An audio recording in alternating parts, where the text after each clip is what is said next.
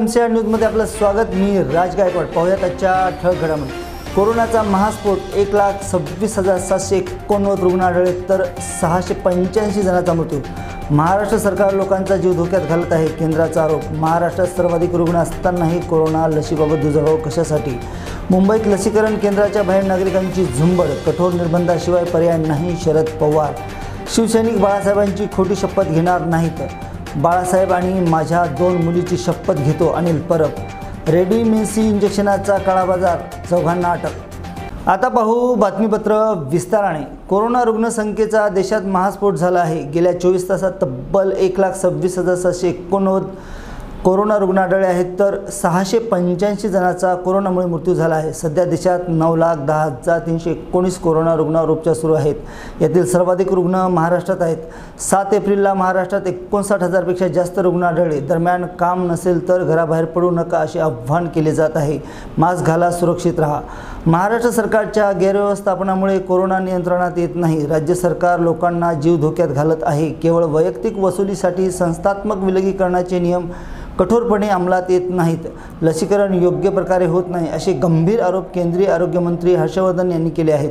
तसेच महाराष्ट्र हे एकमेव राज्य आहे जे की कोरोना नियंत्रणातील देशाच्या लढाईत अडचणी ठरले आहे असेही केंद्राकडून म्हणण्यात आले आहे।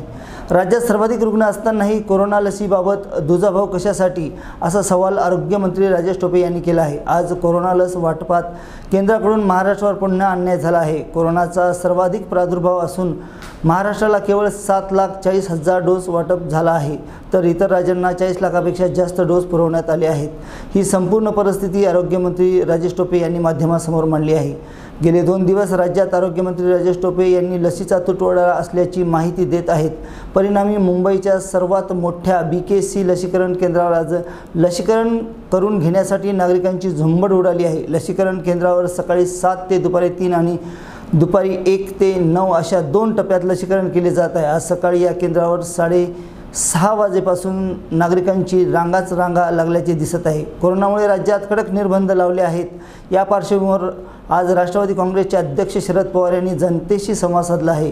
त्यांनी राज्यातील वैद्यकीय स्टाफ अहोरात्र झटत आहे, परिस्थिती नियंत्रित आणण्यासाठी प्रयत्न करत आहे। कामगार, शेतकरी, व्यापारी, सर्वसामान्य सर्वांनाच याचा सामना करावा लागतो, मात्र कठोर निर्बंधाशिवाय पर्याय नाही असेही शरद पवार यांनी म्हटले आहे।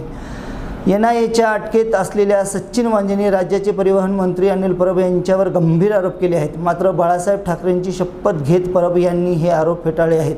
तर शिवसेनेचे नेते संजय राऊत यांनी परब यांचा बचाव केला आहे। शिवसैनिक बाळासाहेबांची खोटी शपथ घेऊ शकत नाही, हा सरकार अस्थिर करण्याचा विरोधकांचा डाव आहे। जेलमधून पत्र लिहून आरोप करण्याचा नवीन ट्रेंड सुरू झाला आहे असेही राऊत यांनी यावेळी म्हटले आहे। राज्याचे परिवहन मंत्री अनिल परब यांनी सचिन वाझेंना NIAच्या कोर्टात दिलेल्या पत्रामधील आरोप फेटाळले आहेत। मी माझे दैवत बाळासाहेब ठाकरे आणि माझ्या 2 मुलीची शपथ घेऊन सांगतो, सचिन वाझेंनी माझ्यावर केलेले आरोप खोटे आहेत असे परब यांनी म्हटले आहे। मुंबईत पत्रकार परिषद घेऊन त्यांनी आपली बाजू मांडली। कंत्राटदाराकडून खंडणी वसूल करण्यास आपल्याला परब यांनी सांगितले होते असे आरोप वाझेंनी केले होते। नांदेडमध्ये रेमडेसिवीर इंजेक्शनाचा काळाबाजार स्थानिक गुन्हे शाखेच्या पोलिसांनी उघड केला आहे। जादा दराने रेमडेसिवीर विक्री करणाऱ्या 4 जणांना अटक केली आहे। त्यांच्याकडून 7 इंजेक्शन जप्त करण्यात आले आहेत। स्थानिक गुन्हे शाखेचे पोलीस निरीक्षक द्वारकादास चिखलीकर यांनी बनावट ग्राहक पाठवून ही कारवाई केली। मूळ किंमत कमी असताना रेमडेसिवीर इंजेक्शन तब्बल 8,000 रुपयाला विक्री केली जात होती।